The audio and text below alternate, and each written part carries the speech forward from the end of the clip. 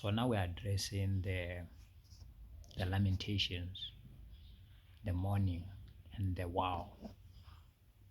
Why? Because the covenant of the Lord, even if you read it in Deuteronomy 28, about the blessings of the covenant or those who keep the covenant. So let's just read it. Deuteronomy 7. The Lord did not set his people, the Lord did not set his love upon you, nor choose you, because you were more in number than any people. I'm repeating this a little bit for a new clip. For you were the fewest of all, but because the Lord loved you, and because he would keep the oath that he has sworn unto your fathers, has the Lord brought you out with a mighty hand and redeemed you out of the house of bondage from the hand of Pharaoh, the king of Egypt. 9. Chapter 7, verse 9. Know therefore that the Lord thy God he is God, the faithful God, which keepeth covenant and mercy with them that love him and keep his commandment to 1,000 generations, and repays them that had made him to the and repay them that hate him to their face to destroy them. He will not be slack to him that hateth him, and he will repay him to his face.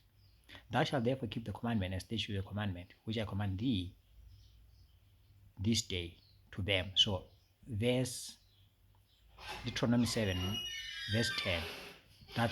This is why the prophet has to lament, why he has to mourn for them. That's why he has to wow or feel sad for them. Why? Because they transgressed. Verse 11, which says they have to keep the commandments, statutes, and the judgments which the Lord has commanded them. Therefore, because they transgressed, they sinned, he has to repay them, because now they hate him to his face. Why the lamentation? They hate him. So now he has to destroy them. And he will not slack, he will not go easy on them. Because why? They hate him. And he will repay them to their faces too. Why? Because they're the covenant people, the people he chose for himself, but they're stubborn, they're rebellious. They mock the prophets. They mock anyone who reminds them of the covenant, the commandment, the statutes, and the judgments. So this is the reason.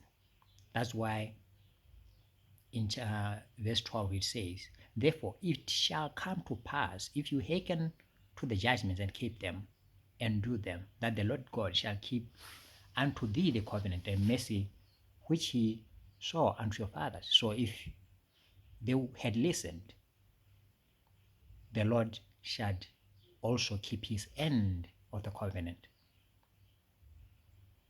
So I'll skip 13 because it's still about the blessings.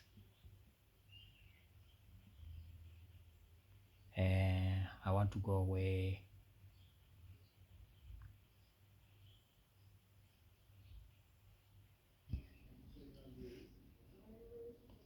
So 24, 25, 26, it's about what would have happened to the enemies of the people of the covenant had they been obedient. But now I will look at it from the perspective of Ezekiel 2 and 3.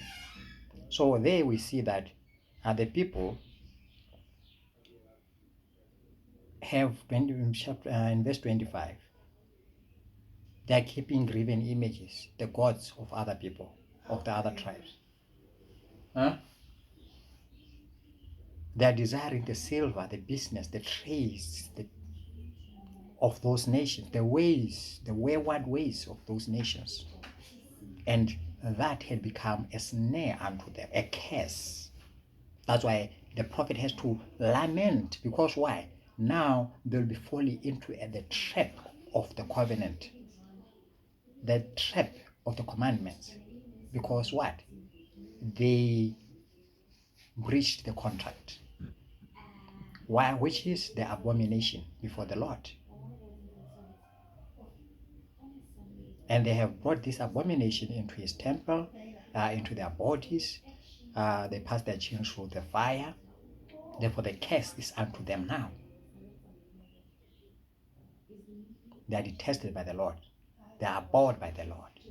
So they are cursed. So I was combining a little bit of Deuteronomy 7 and Deuteronomy 28. Now I would want to go to Revelations